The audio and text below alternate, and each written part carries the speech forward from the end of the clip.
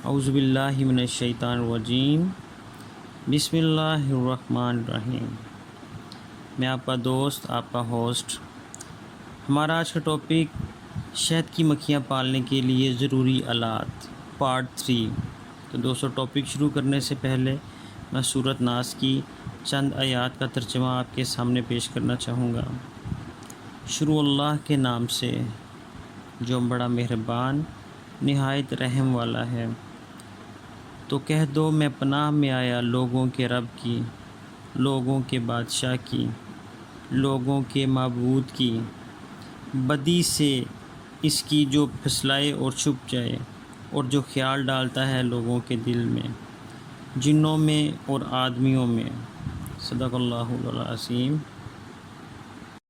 تو دوستو، یہ ہے ایک بہت ہی مزے کا اپریٹس۔ آپ یہ سن کر بہت حیران ہوں گے کہ مکھیوں کے ڈنگ سے بہت ساری بیماریوں کا علاج کیا جاتا ہے۔ بہت سارے حکیم حضرات مکھیوں سے حاصل ہونے والا ڈنگ، جسے سائنٹیفکلی وینم کہا جاتا ہے، اس وینم کو حاصل کرتے ہیں اور اس سے دوائیاں بنانے میں استعمال کرتے ہیں، اور بہت سی بیماریوں کے لیے اس میں بھی شفا ہے۔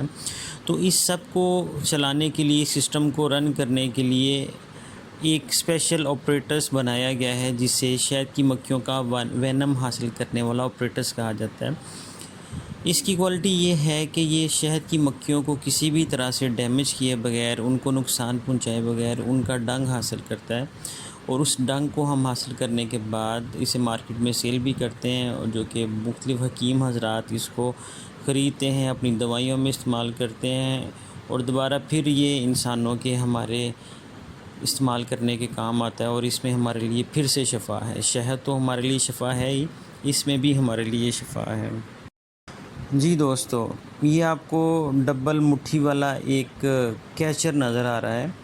یہ بالکل سادہ سی مشین ہے، اور اس کے ذریعے ہم شہد کی مکھیوں والا فریم اٹھاتے ہیں، چھتا اٹھاتے ہیں، اور اس سے اپنا کام لیتے ہیں۔ یہ بڑی فائدے کی چیز ہے، اور ہمارے کام میں بڑی سہولت پیدا کرتی ہے، اور یہ میں ایڈوائز کروں گا کہ ہر فارمر کے پاس یہ چیز ہونی چاہیے۔ تو جی دوستو، یہ شہد چھاننے والی چھلنی، یہ بیسیکلی 3 سٹیپ کے اوپر مشتمل ہوتی ہے۔ سب سے اوپر والا، اس کے نیچے، پھر اس کے نیچے سب سے بلائی خانہ، سب سے بلائی چھلنی، سب سے اوپر والی، اس کے سوراخ بقدرے نیچے والی چھلنیوں کے اوپر والے سوراخ موٹے ہوتے ہیں۔ اوپر سے شہد چھن کر نیچے آتا ہے، اور پھر نیچے والی درمیان والی چھلنی کے سوراخ قدرے اوپر والی چھلنی کی نسبت تھوڑے باریک ہوتے ہیں، اور تیسری سب سے نیچے والی چھلنی کے سائز، سوراخ اوپر والی دونوں چھلنیوں کی نسبت باریک ہوتے ہیں۔ تو یہ شہد کو چھاننے کے لیے استعمال کیا جاتا ہے، اور تیسری چھلنی سے فلٹر ہوا شہد بہت کارآمد، بہت صاف ستھرا اور استعمال کے قابل ہوتا ہے۔ اس میں کسی قسم کی کوئی گندگی، کوئی موم، کوئی مکھی نہیں آتی۔ نیوک باکس، تو دوستو یہ بھی ایک باکس ہے، لیکن آپ دیکھ رہے ہوں گے کہ یہ سائز میں کچھ چھوٹا ہے۔ جی دوستو، بالکل یہ چھوٹا ہے، کیونکہ اس کے بنانے کا مقصد کچھ الگ ہے۔ اس کے بنانے کا مقصد یہ ہے کہ جب آپ کسی جگہ پہ نئے ڈبے ترتیب دے رہے ہوتے ہیں، نئی ملکہ اور نئے ڈبے تیار کرتے ہیں، اور انہیں آپ کسی کو سیل کرنا چاہتے ہیں، تو اس کے اندر لمیٹڈ مکھیاں اور ملکہ رکھی جاتی ہے۔ عام طور پر بڑے باکس کے اندر 10 فریم ہوتے ہیں، اور اس کے اندر شہد بھی بن رہا ہوتا ہے، اس کے اندر انڈے بھی ہوتے ہیں، ملکہ بھی ہوتی ہے، کارکن مکھیاں بھی ہوتی ہیں۔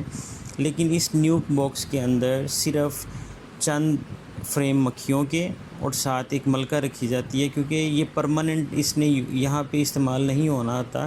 کچھ ٹائم کے لیے ہم اس نیوک باکس کو یوز کرتے ہیں، اس کے بعد جہاں بھی اس نے جانا ہوتا ہے وہاں پہ جا کے تو یہ اس میں سے ہم دوسرے چھتے 10 کے 10 نکال لیتے ہیں، اور ایک پراپر باکس کے اندر، پراپر مکس دان کے اندر ہم اس کو شفٹ کرتے ہیں، اور وہاں پہ اس کا ایک نظام جو پہلے عام طور پر عام ڈبوں کا چلتا ہے، اسی طریقے سے یہ بھی چلتا رہتا ہے۔ تو جی دوستو، شہد کی کالونی پیک کرنے کا ڈبہ یا باکس، یہ بھی ایک ڈبہ ہے، لیکن اسے ہم کسی اور پرپز کے لیے استعمال کرتے ہیں۔ اس کا مقصد یہ ہے کہ جب ہم نے کسی جگہ پہ ٹریول کرنا ہوتا ہے، ان مکھیوں کو ایک جگہ سے دوسری جگہ مائیگریٹ کرنا ہوتا ہے، یا مکھیاں سیل کرنی ہیں اور ہم نے کسی کو دینی ہے، تو اس صورت میں ہم ایک چھوٹا ڈبہ بناتے ہیں جسے سفری بکسا بھی کہا جاتا ہے۔ اس کے اندر جالی لگائی جاتی ہے تاکہ اس کے اندر ہوا آتی جاتی رہے، کیونکہ بالکل بند باکس کے اندر تو مکھیوں کے دم گھٹنے کا خطرہ ہوتا ہے، اور کہ اگر گرمی کا موسم ہے تو وہ بہت جلدی ایکسپائر ہو جاتی ہیں۔ تو اس طرح کا ڈبہ عام طور پر بنایا جاتا ہے جب ہم نے ان کو ایک جگہ سے دوسری جگہ ٹریول کرنا ہوتا ہے، تو یہ ایک جالی والا بکسا بنایا جاتا ہے۔ اس جالی سے مکھیاں باہر بھی نہیں آتی اور ان کو ہوا بھی ملتی رہتی ہے، اور جس مقصد کے لیے بنایا گیا اس مقصد کے لیے بالکل کارآمد چیز ہے۔ فلو ہائیو، جی دوستو، یہ جدید طور کا مکھدان ہے، اور یہ فارمر بھائیوں کے لیے، بی کیپرز بھائیوں کے لیے ایک نعمت سے کم نہیں ہے۔ اس کی وجہ یہ ہے کہ اس کو بڑے ہی جدید طریقے سے آرگنائز کیا گیا ہے، اس کے اندر کافی جدت اپنائی گئی ہے۔ یہ عام طور پر سپر ہائیو کے طور پر استعمال ہوتا ہے۔ گراؤنڈ فلور کے اوپر جہاں پہ ملکہ انڈے دے رہی ہوتی ہے، اس کے اوپر یہ فرسٹ فلور کے طور پر استعمال ہوتا ہے۔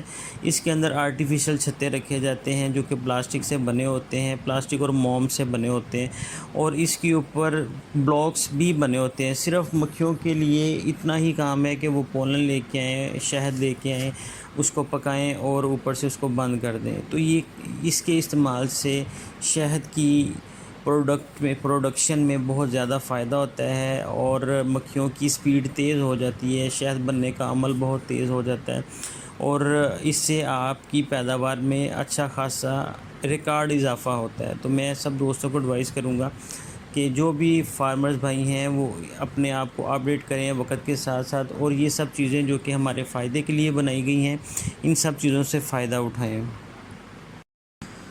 کوئن گرافٹنگ فریم، دوستو، یہ جدید تقاضوں کے مطابق بہت سارے ایکسپیرینسز، بہت سارے تجربات کے بعد یہ چیزیں حاصل ہوئی ہیں، اور اس کے اندر جو آپ کو چھوٹے چھوٹے خانے نظر آ رہے ہیں، یہ ملکہ حاصل کرنے کے لیے، کوئن حاصل کرنے کے لیے کیے گئے ہیں۔